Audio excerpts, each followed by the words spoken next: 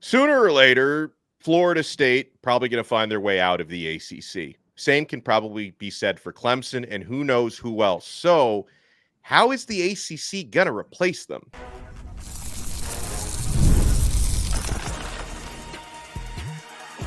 You are Locked On ACC, your daily podcast on the Atlantic Coast Conference. Part of the Locked On Podcast Network, your team every day. Shout out to the everydayers for making Locked On ACC your first listen and your first watch each and every day.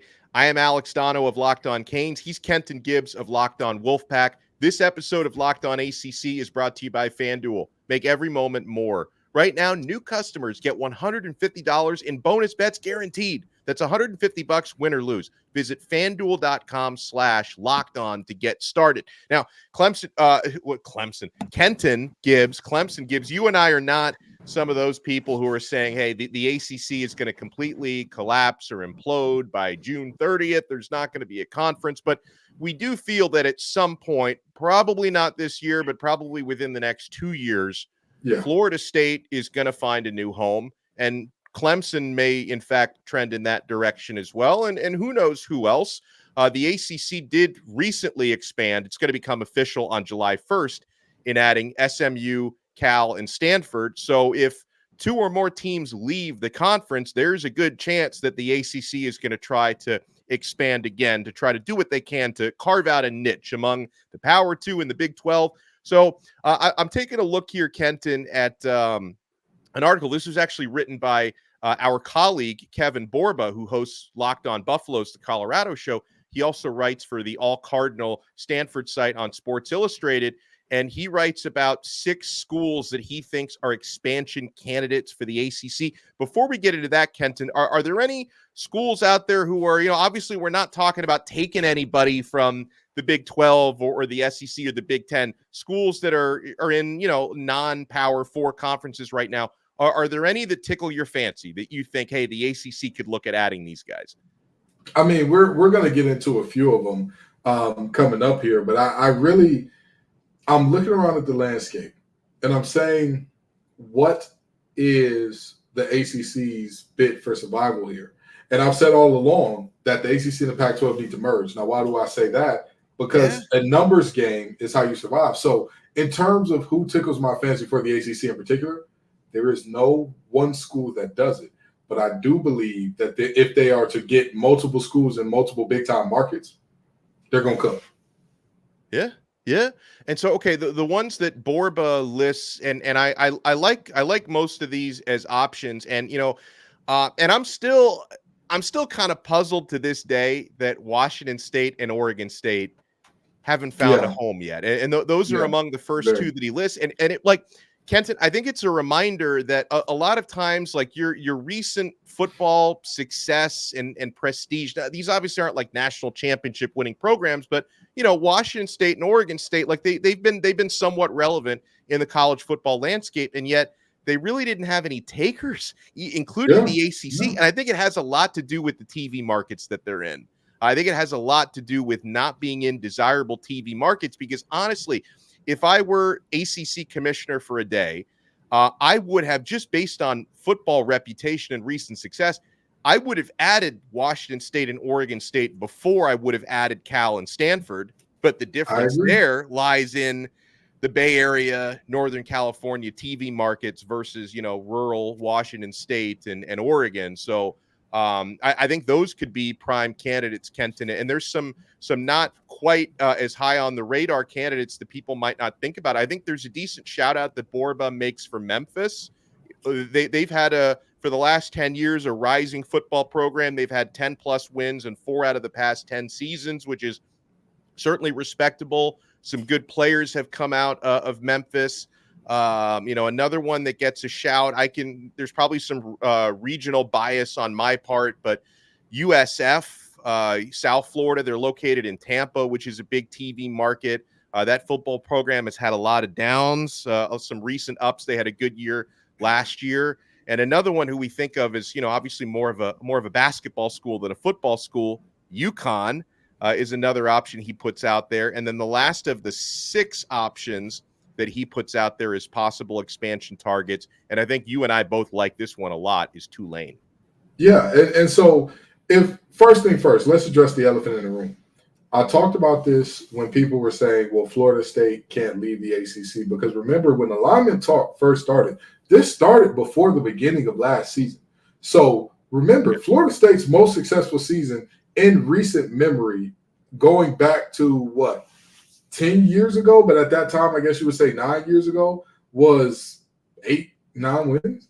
And so many people were like, oh, Florida State isn't successful enough to want to leave the conference. And I told everybody back then when that was the talk, this has nothing to do with success. I know that y'all like to believe that it's about success. I know it would feel good to believe in the meritocracy. It does not work that way. This works based off of who brings eyeballs. It's Moneyball. He gets on base. Yeah. That's what it is. It's Moneyball. Who gets on base, right? And that's what we're looking at. So, you know, in terms of Washington State and Oregon State, they have had some really good years recently. They really have. Neither school, I would say, has been just a complete stupor that's bringing down the Pac-12 and anything like that. No, not really. But do they get on base? Do they draw eyeballs? That's the big question. And I think that the answer there is a bit of a resounding no, and you got to live with that. You know, I don't think it's fair to them. I don't think it's fair. I don't think it's fair at all. I don't think it's right. I think both of those schools deserve better than what they're getting. You know, but fair is just a place where you eat crappy food that's going to kill you and get on rides that are going to kill you.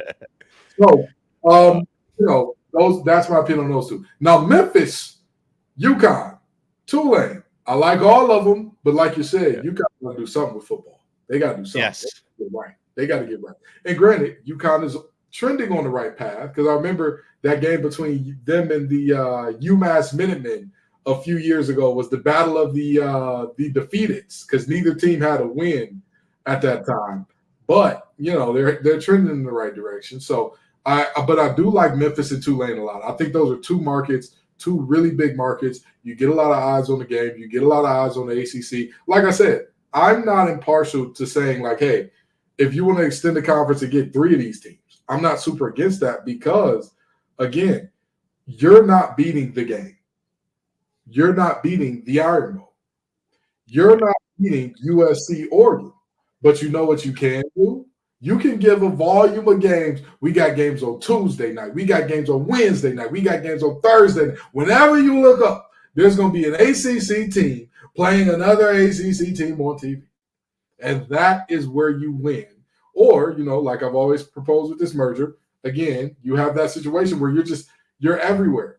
Again, McDonald's doesn't sell more steaks than Sullivan's or Steak 48, but they're generating more revenue. Think about that. Yeah, that's right. And you know, thinking about which teams to look at adding, if I'm, you know, in the front office or in the administration of Cal and Stanford, I would be lobbying, please call Oregon State and Washington State. We can have more regional games, because I mean, listen, I know that the ACC is really making it easy on the teams from the East not to have to travel out to those Western teams too often. But the Western, now I know they knew what they were getting into when they signed up. Like Cal and Stanford knew, hey, this is last chance saloon for us. Geographically, this is a catastrophe. This makes no sense. But wouldn't they love it if they could add Oregon State and Washington State? Not to say that it's like quick bus ride. I mean, it's, you know, reasonably long plane rides, but it's a lot better than the 5 and 6 hour trips they would have to make cross country to go to most of the ACC schools. So I would be lobbying hard for that.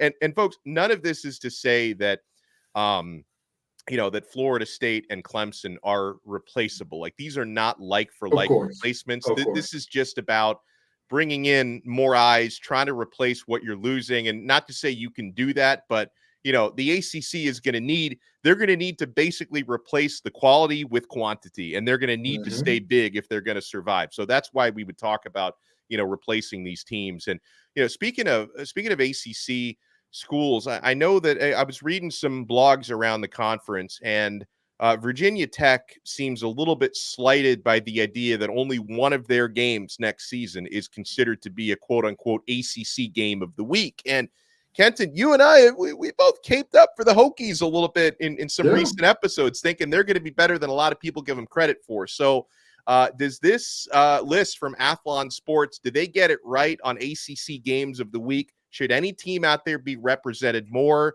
Who are the most slept on teams in the ACC heading into next year? So you know what you want to do?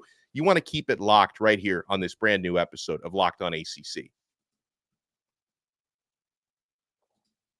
And I know you're keeping it locked to FanDuel because we're winning money. We're having an awesome time. It's playoff time now in the NBA and NHL. Baseball's in full swing. FanDuel is your place to bet on every game. Right now, new customers get $150 in bonus bets guaranteed. That's $150 win or lose. Bet on everything from slap shots to home runs to slam dunks, all on an app that's safe, secure, and super easy to use. What are you waiting for? Visit FanDuel.com/lockedon and make your first bet an automatic win. FanDuel, America's #1 sports book. I'm so proud to welcome Monopoly Go now to the Locked On Sports family. Guys, I have a competitive side. We all do, especially for me when it comes to Monopoly, because growing up, my father would show no mercy to our family. He must have beat me in Monopoly 10,000 times. And so I take out my revenge on everybody that I play Monopoly Go with because I love winning. I never got to win in Monopoly growing up. It's been downloaded over 150 million times. You probably heard of Monopoly Go. It's a great twist on Monopoly where you play to not one, but hundreds of Monopoly boards in crazy locations, building up amazing cities that bring you big money. But the best part is messing with my friends. Yes, I can charge them rent on my iconic properties, just like classic Monopoly. But now I can also rob their vaults of riches for myself. And the leaderboards show me who the biggest Monopoly tycoon is. But it's not just my competitive side that loves it. You can team up with friends and people around the world in timed tournaments to earn huge rewards. So get in the game and join your friends. Download Monopoly Go now free in the App Store or on Google Play.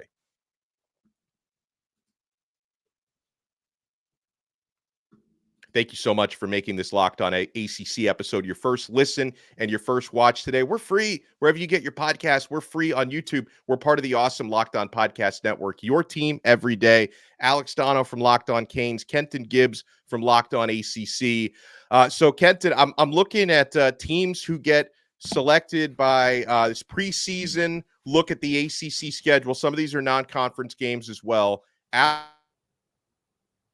Athlonsports.com gave out their ACC game week for each week of the 2024 upcoming season. Not surprisingly, Georgia versus Clemson week 1. That's, right. One of the best games in college football, period, let alone in the ACC. NC State Wolfpack versus Tennessee gets the shout out week 2. That game's going to be in Charlotte, so kind of a neutral site, but kind of not so much. West Virginia at Pitt in number 3. That's a big regional rivalry there. NC State at Clemson week 4. So that's NC State second time and Clemson second time there. Virginia Tech at Miami in week 5. Clemson at Florida State week 6, which surprisingly, is that the first time Florida State gets on the list? Clemson, I think that's their third time on there. Georgia Tech at North Carolina week 7. Miami at Louisville week 8. That was a fun game last year, 38-31. A lot of offense in that one last season. Louisville at Clemson week 9. Florida State at Notre Dame week 11. That's good. I didn't even realize that was happening next year. That's a good one. Week 12, Boston College at SMU. Week 13, Stanford at Cal. Week 14, Florida at Florida State. And so I brought this up, Kenton. I was reading on a Virginia Tech blog that they were a little bit surprised that the Hokies only got one game of the week this coming season. For the most part, I think they nailed those matchups, Kenton. I don't think that that's the unfortunate part, right? It's like, I don't know if you were a big fan of Versus during the pandemic, Donno. I don't know if you were a big fan, but it was like artists would play their hits against other artists' hits 1-to-1, right? It would I don't even remember that. I remember watching Tiger King and the Michael Jordan documentary.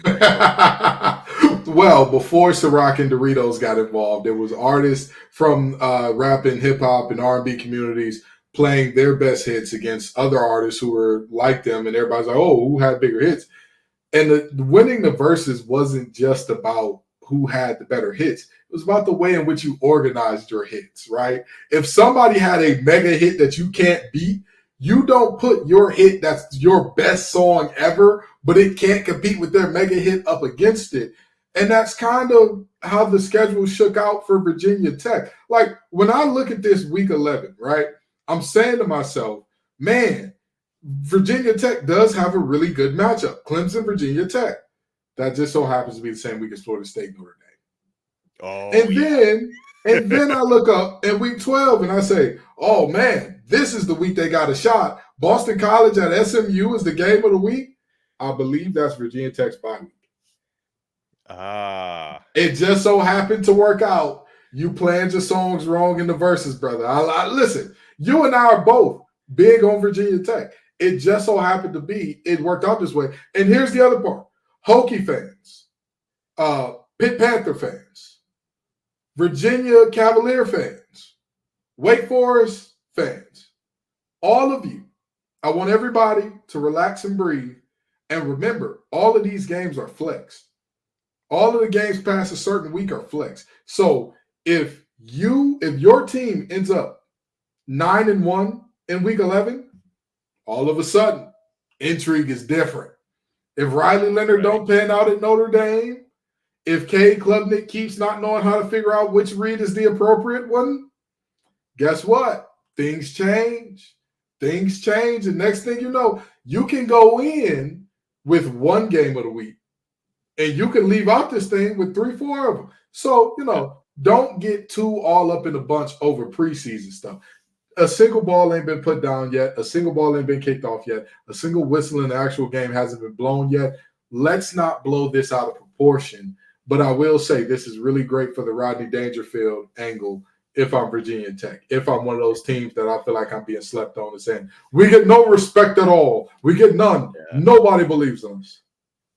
Well, and I'm trying to see, I know a few that do not even get one game of the week. I don't see Duke. I don't see Duke anywhere. Mm-hmm. I don't see Virginia anywhere. And I don't see Wake Forest anywhere. Georgia Tech appears just once. And Georgia Tech is another team that we think is getting slept on a little bit with 5.5 over under. I think if anything, people weren't taking notice of how quietly good of a season Haynes King had last year. They're putting some talent around him at the skill position. So I think I'm not saying they're going to be ACC champs or anything like that, but I think they're going to overperform their 5.5 win over under. I don't think there's any question about that. So yeah, I mean, some of these teams have no representation at all. And so listen, I do think a couple of other teams that are getting slept on a little bit, not just strictly based on this list, because they do get one matchup on here. Boston College, I kind of wonder because I like their quarterback a lot, Thomas Castellanos. I'm just a big fan of his. And so they get the one matchup that they get is versus SMU. And the explanation for that one is they say the ACC doesn't have a clear number one matchup this week, but a rematch of the Fenway Bowl between SMU and Boston College has some intrigue. By week 12, the Mustangs should have a good feel of how they stack up in their first season of ACC play. Also, this November showdown will give new Boston College coach Bill O'Brien plenty of time to develop quarterback Thomas Castellanos. The other matchups that week are Virginia at Notre Dame, Louisville at Stanford, Boston College, or that can't be the same week. What are they talking about? Clemson at Pitt, Wake Forest at North Carolina, some of the other matchups that week. And one that I wonder what it's going to look like by week 14. I understand why it's in there, because even when one of these teams is way better than the other, it's usually competitive. It was last year. Florida against Florida State, like Florida State, Florida gave them a game last year. Jordan Travis had already been injured by that point, but Florida gave them a game at that point. But I'm just wondering this year, Kenton, like I expect Florida State to be good. Obviously, Florida, I don't know who their head coach is going to be by the end of November, because it's not going to be Billy Napier. I'm glad you said it. I ain't want to be everybody loves saying I love firing a coach, but Billy Napier is going to be on LinkedIn Jobs looking for his next job by the time that game rolls around. So I'm very intrigued. But you know what though? And we don't cover the SEC, but I will say our guy our guy Brandon, who does an awesome job on Locked On Gators, he knows a lot more about Billy Napier's contract situation than you or I ever will, because he's in the weeds. That's what he covers. I have seen him say that the Billy Napier buyout, it would take massive donations. Like it would take real, which maybe they'll get, but it would take real motivation on the part of certain boosters for them to do that buyout, within the next year versus the year after that. So Billy might be someone who might be able to preserve himself one more year just based on the contract situation. Let me tell you something. I was told the same thing about Kevin Keats. I was told his buyout is too big. Yeah. There's no way. And then all of a sudden, right before the ACC tournament kicked up, something happened. They lost 4 games in a row, and it was like, that's it. Everybody was done. Everybody was like, that's it, no more. One of them was an embarrassment to one of our rivals. You can't do it. I'm telling you right now, Billy's buyout is too big right now. Let them boys go out there and get their heads beat in enough times. Yeah. Let them get whooped on by the wrong team and look like dilapidated dogs in the wrong moment. And I promise you, the swamp will get real clear. It'll be a lot less murky than what it seems to be right now. So I do agree that game is – that's why I always say these things are fluid. It's the game of the week as of April 15th. Now, Donno, let me ask you this. How many awards have ever been decided on April 15th? Have you ever heard of that in football? Any Heisman's won in April? If they were given out in April, Miami would probably have quintuple the amount of national championships that we currently have. Okay. And unfortunately, Miami has what, 3? 3? 5. I believe it's 5. Put some respect, Kenton. I'm sorry. My fault, OG. My fault. My bad. But 5 national championships on time. But you see what I'm saying? Like, at the end of the day, all the teams who feel like you're not getting the respect, go earn it. Because that's really what this is about. All of the teams that are getting the respect, they've done things in the past to warrant them getting this respect. That's what it is. That's what it is. And that's, if your team earns that respect, I guarantee you there is not some grand conspiracy, although many of us think there is against our teams. I promise you, the ACC in the state that it's currently in needs every eyeball on the screen possible. Yeah. So they're going to be giving Game of the Week designations to the games that they know people are going to be tuned in and locked in for. So, it's April, it's early, and I do agree.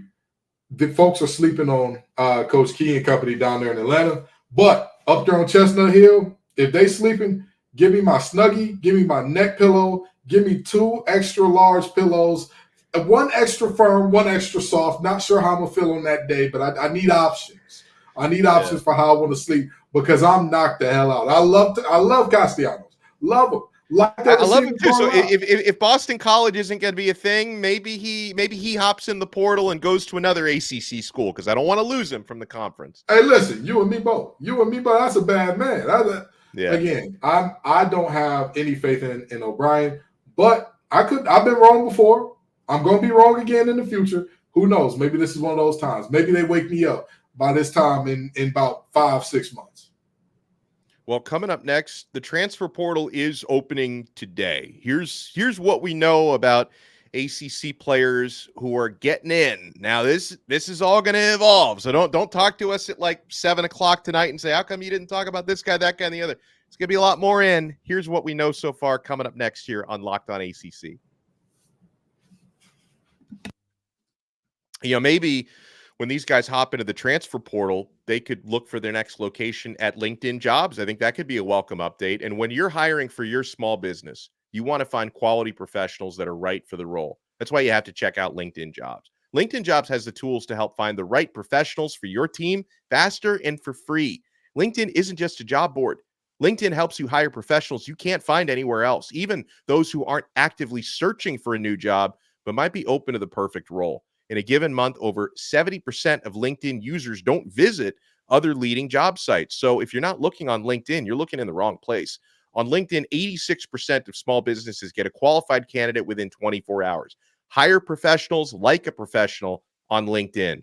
Post your job for free at linkedin.com/lockedoncollege.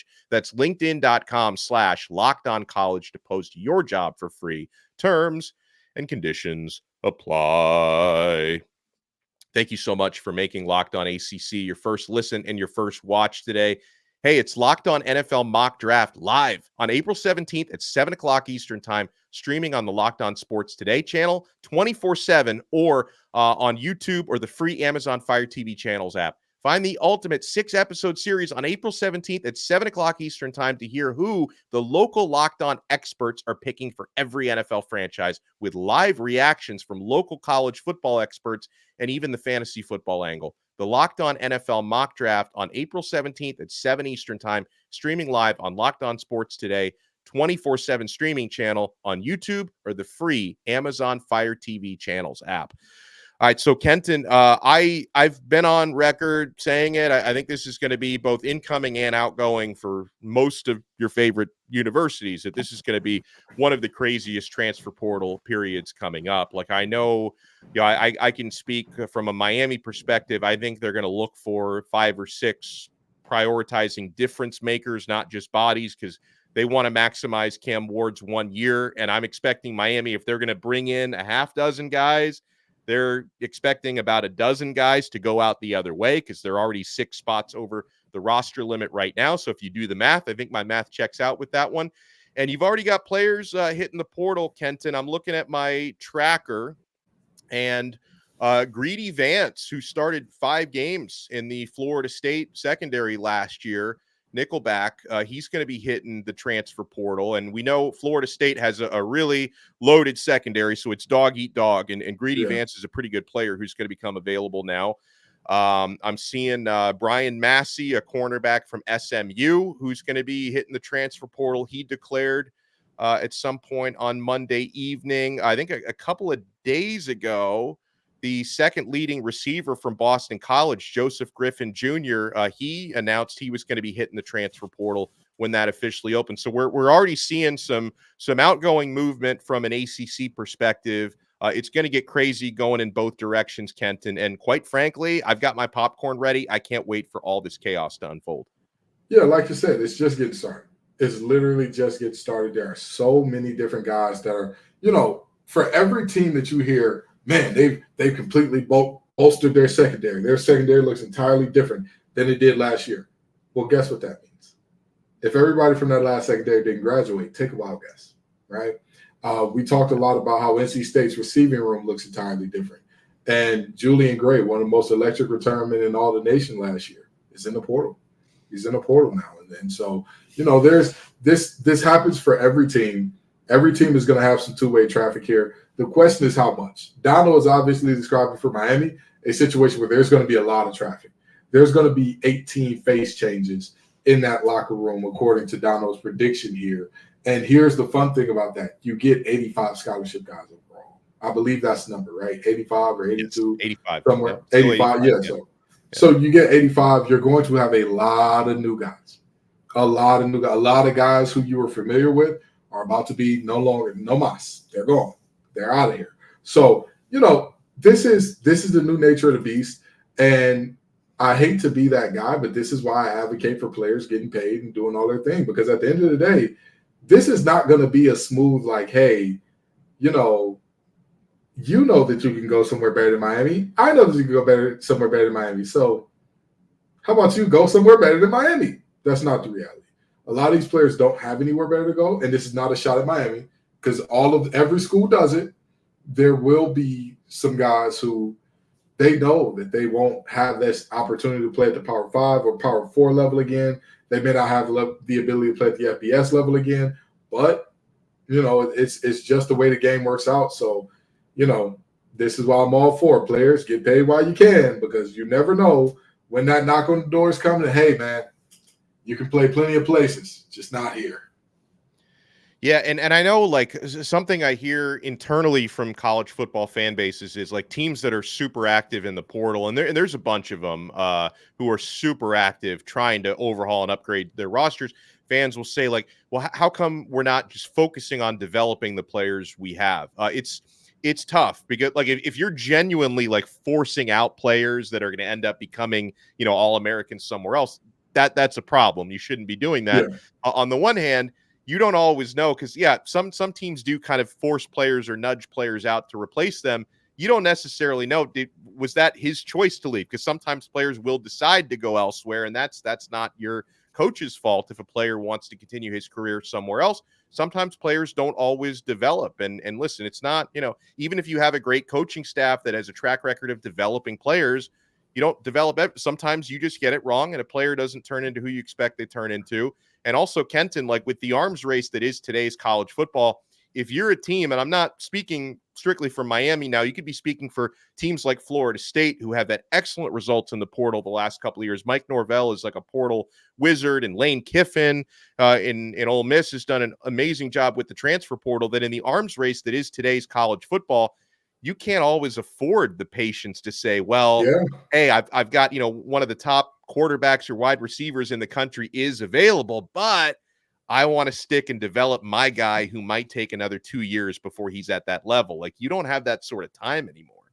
Yeah, and that's the big thing about Dabo, right? That's the big thing that everybody criticized Dabo for, is this waiting on players to develop type deal, when it's like you have needs that need to be addressed right away, that you can address right away. But instead you're choosing to trust that it'll be settled and done out in a year or two, when, like you said, it's more art than science. You can assume, hey, this guy is 6'4", 6'5", 300 pounds. He's got dancer's feet. He should be the next best thing smoking at left tackle in a year or two. He just doesn't like getting physical. Oh, yeah. What are you gonna do? You've invested all this time and energy into him. You've got two options. You can either recruit over him to say, hey, we're going to get a guy who's going to be big and nasty and physical, who may not have the physical attributes or whatever. Or we can keep believing in them and hoping and hoping things work out. So, the portal is part of the game now. And it is just like anything else in the game. It's like teams utilizing strength and conditioning back when Nebraska was the only team that was doing it at a super high level. You can choose to say, oh, Nebraska's just a bunch of dorks and they've got nothing to do up there in Lincoln, and that's why they do it. We don't have to do that down here in Raleigh. We don't have to do that down here in Coral Gables. You can do that, but then when they're running all over you, don't really complain about it, because you've chosen not to utilize a tool that can make you exponentially better. The portal is the same way. Guys are going to leave. You need to bring some guys in. If you choose not to bring guys in, know the position it leaves you in. Yep. Well said. And we'll pick it up tomorrow with, I'm sure, plenty of transfer portal chaos, since it's going to be open and it's going to be in business. So he's Kenton Gibbs from Locked On Wolfpack. I am Alex Donno from Locked On Canes. Make sure you subscribe on YouTube, Apple Podcasts, Spotify, wherever you get your pods. And we'll talk to you guys again next time on another episode of Locked On ACC, part of the awesome Locked On Podcast Network. Your team every day.